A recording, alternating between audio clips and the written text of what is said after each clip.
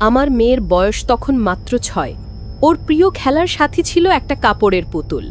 সারা দিন ওটাকেই সঙ্গে নিয়ে ঘুরত, ওকে ছাড়া কিছুই বুঝত না।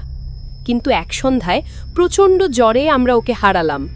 ডাক্তার বলেছিলেন ডেঙ্গু। সবকিছু এত তাড়াতাড়ি হয়ে গেল যে বিশ্বাস করারও সময় পাইনি।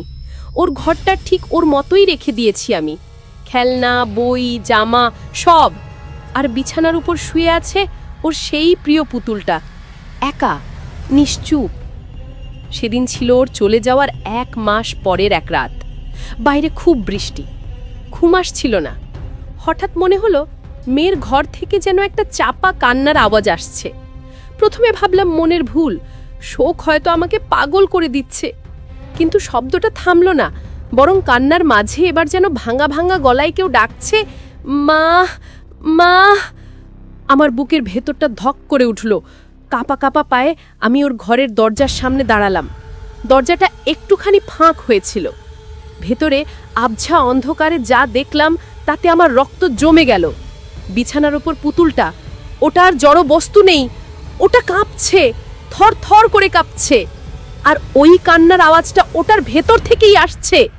আমার মেয়ের গলার স্বরে পুতুলটা কাঁদছে। পুতুলটা আমার দিকে ওর বোতামের চোখ দুটো তুলে তাকালো। সেই চোখে কোনো ভালোবাসা ছিল না, ছিল তীব্র যন্ত্রণা আর অভিযোগ।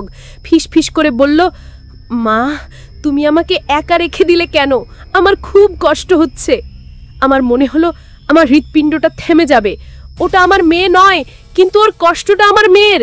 ওটা ওর ফেলে যাওয়ার শেষ স্মৃতি, যা এখন আমার জন্য সবচেয়ে বড় অভিশাপ হয়ে উঠেছে। আমি চিৎকার করতে চেয়েও পারলাম না।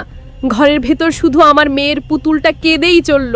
সেই কান্নার থামেনি, আর আমিও সেই ঘর থেকে বের হতে পারিনি। ওর কান্নার সাথে যেন আমিও আটকে গেছি চিরকালের জন্য।